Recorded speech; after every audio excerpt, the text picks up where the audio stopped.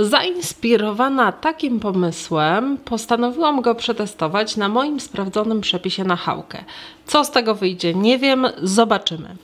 Najpierw masło trzeba roztopić, ponieważ musi wystygnąć przed dodaniem reszty składników. Teraz drożdże, ja używam suchych, więc namoczę je w ciepłym mleku. Tak z 10 minut będzie całkowicie wystarczające. Ze świeżych drożdży trzeba zrobić rozczyn. Zainteresowanych jak to zrobić odsyłam do przepisu pod filmem w opisie lub na orchideli.com. Tam jest przepis w całości. I jeszcze żółtka ubijam z cukrem około 3 minut. Chałka nie jest bardzo słodka, ale ilość cukru można dowolnie zmniejszyć, jeśli ktoś woli jeszcze bardziej wytrawną wersję. Teraz mąka, najlepiej typ tak 500-550 i sól. I dalej mleko z drożdżami i ubite z cukrem żółtka.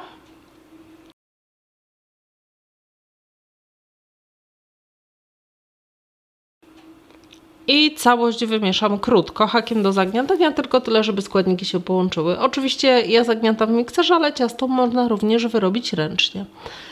I teraz dolewam jeszcze rozpuszczone masło i od tego momentu ciasto wyrabiam jakieś 10 minut. Po wyrobieniu to ciasto jest raczej gęste, ale ponieważ jest to ciasto drożdżowe, więc tutaj jest trochę wolności. Mąki niekoniecznie, ale jak ktoś woli pracować z rzadszym ciastem, to można dodać odrobinę więcej ciepłego mleka. Gotowe ciasto zostawiam do wyrastania, tak standardowo około 1,5 godziny albo do momentu, kiedy podwoi objętość, czyli zrobi się go dużo, tak jak u mnie.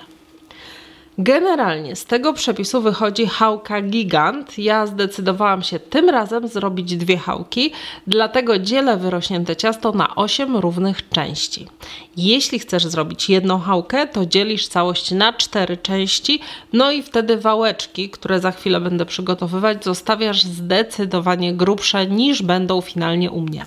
A ja każdą ze swoich części uformuję teraz w wałeczek, tak mniej więcej 30 cm długości. Trochę się trzeba przy tym napracować, ale odkryłam, że łatwiej jest, jak się taki niedokończony wałeczek zostawi na chwilę, a potem wróci ponownie do jego wałkowania. To ciasto w momencie, kiedy trochę odpocznie, jest bardziej elastyczne i łatwiej się to robi. No i teraz połowę tych wałeczków, czyli 4 sztuki, smaruję białkiem, bardzo dokładnie z każdej strony.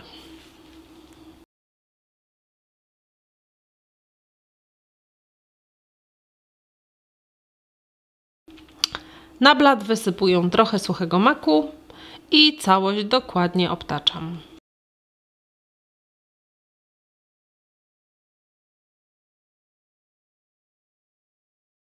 Przerwa na sprzątanie i to samo robię z sezamem.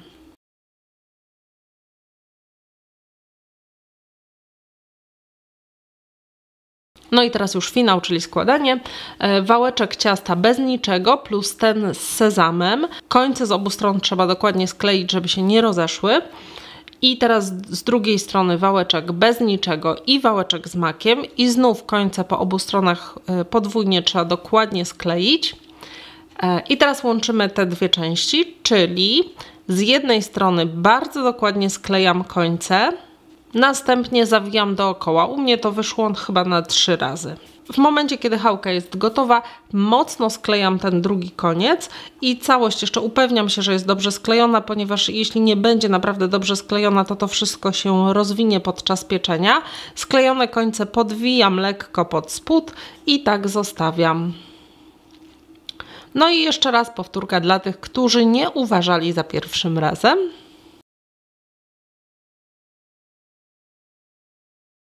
Wygląda to naprawdę bardzo obiecująco, bardzo.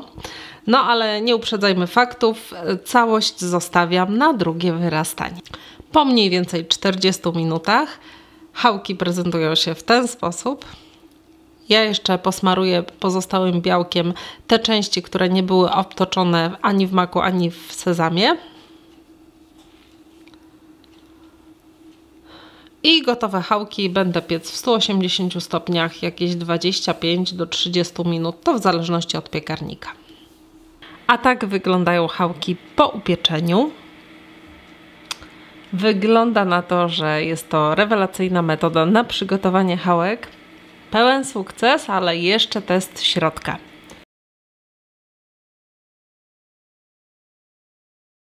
Całość jest po prostu rewelacyjna. A więcej sprawdzonych przepisów znajdziesz w moich książkach. Do wszystkich przepisów w książkach dołączone są filmy. Kup pakiet już teraz na sklep.orchidali.com. Zapraszam serdecznie.